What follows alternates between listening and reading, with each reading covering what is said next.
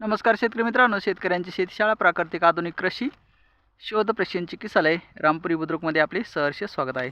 शेतकरी मित्रांनो, आपण आहोत आज हळदीच्या प्लॉटवर आणि हा हळदीचा प्लॉट आहे पिंटू भाऊ मुलगीर यांचा महातपुरी शिवार तालुका जिल्हा गंगाखेड परभणी. तर इथं करप्या आला होता आणि करप्या आता जवळपास थोडासा कंट्रोल झालेला आहे.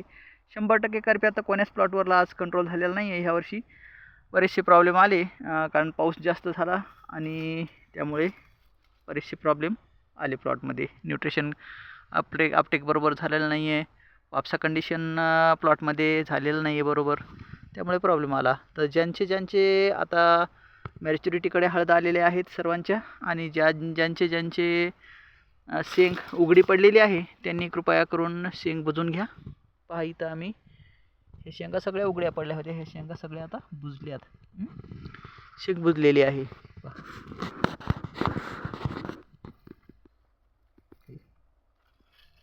हे शेंगा सगळ्या बुजलेल्या आहेत.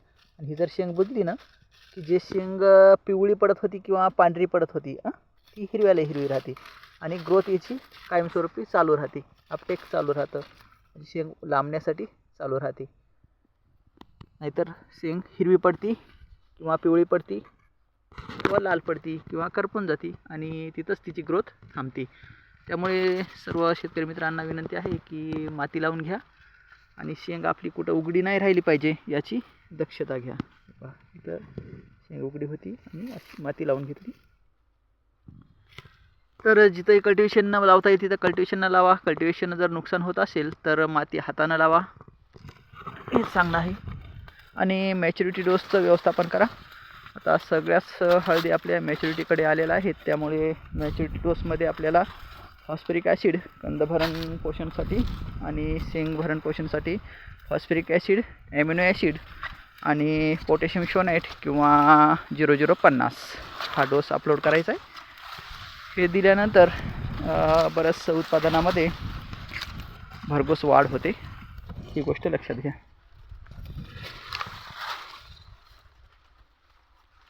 छान बुजली, सध्या कुठं नाही उघडं.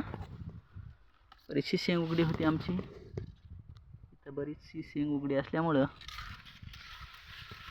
शेंग मजुराच्या हातानं माती टाकून शेंग बुजून घेतली आपण. पूर्ण शेंग बुजली, छान मस्त आहे. प्लॉट डेव्हलप आहे. याचं संपूर्ण अनद्रव्य व्यवस्थापन केलं आहे crop doctor CM Yadav Patil यांनी शेतीशाळेच्या माध्यमातून. अलक्रॉप डेव्हलपमेंट 80-20 फार्मिंग बिझनेस स्कूल रामपुरी बुद्रुकच्या माध्यमातून हा प्लॉट डेव्हलप करण्यात आलेला आहे.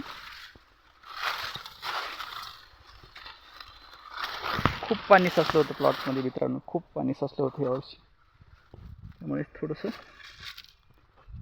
वाढ थोडी कमी राहिली इथे. जिथं पाणी साचलं होतं तिथं आणि जिथे पाणी साचलं होतं तिथं वाढ भरपूर आहे. जवळपास 5 ते 5.5 फूट उंच वाढ आहे. पाण्याचं व्यवस्थापन केलं आहे छान.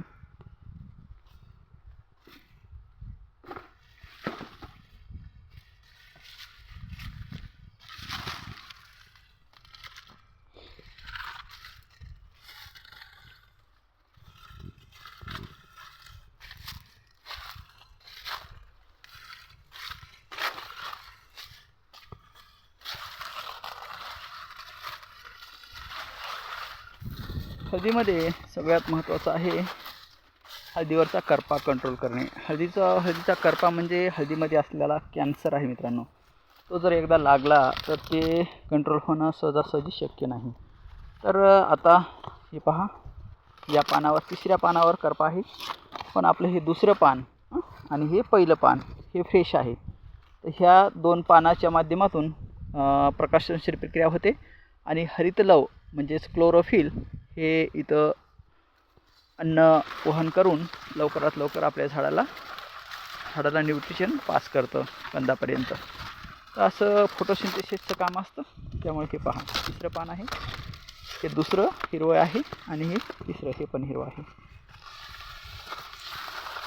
ठीक आहे, शेंड्याचे पानं आपले फ्रेश असले पाहिजे, यावर थोडंसं लक्ष द्या जेणेकरून हळदीला न्यूट्रिशन अपटेक चालू राहिलं पाहिजे शेवटपर्यंत. इथं पूर्ण पाला बसला, मॅच्युरिटीकडे आलं, पाला बसला पूर्ण. पाण्यामध्ये शेंग,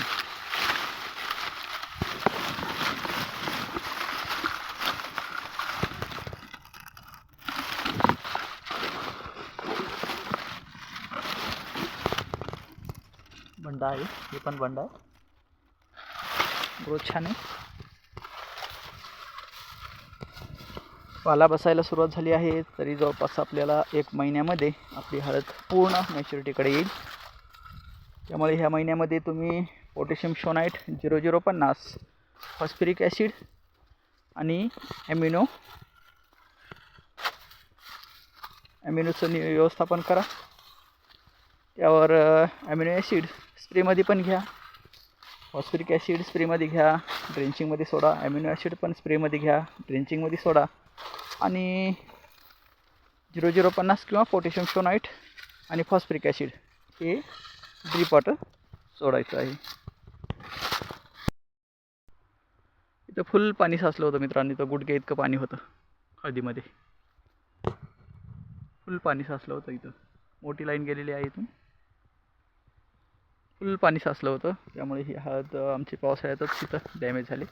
इथं व्हेजिटेटिव्ह ग्रोथ, वापसा कंडिशन निर्माण नाही झाल्यामुळं कमी राहिली. इथं ह्या कोपऱ्यामध्ये थोडंसं उत्पादन पण कमीच होईल.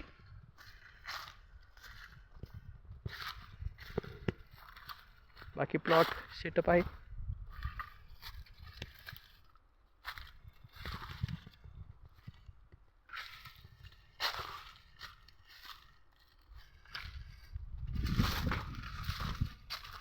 थोडंसं कल्टिवेशन मारून घेतलं आणि जिथं जिथं शेंग आणि कंद उघडे पडले होते ते बुजून घेतले.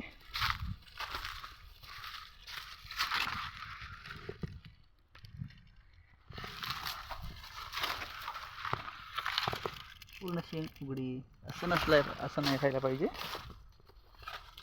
तर शेंगांची ग्रोथ थांबते आणि अर्थातच आपल्याला उत्पादनामध्ये घट येते. शेंग बुजण्याचं मेन कारणच ते आहे. शेंग जर उघडी राहिली तर ती अशी हिरवी पडते आणि त्याची ग्रोथ थांबते. शेंग जी लांबायची अवस्था असते ती ग्रोथ थांबते. शेंग जर लांबली नाही, पोचली नाही तर आपल्याला त्याचं उत्पादन पण कमीच मिळेल.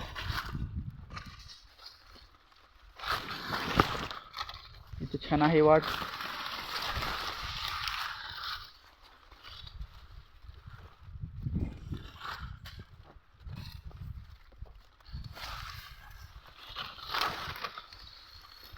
इकडे मस्त आहे प्लॉट. त्या कोपऱ्यातच पाणी साचल्यामुळं थोडंसं डॅमेज झाला प्लॉट. बाकी छान आहे.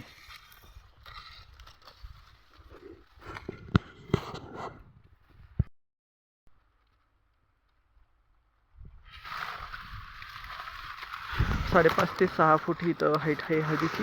मस्त आहे.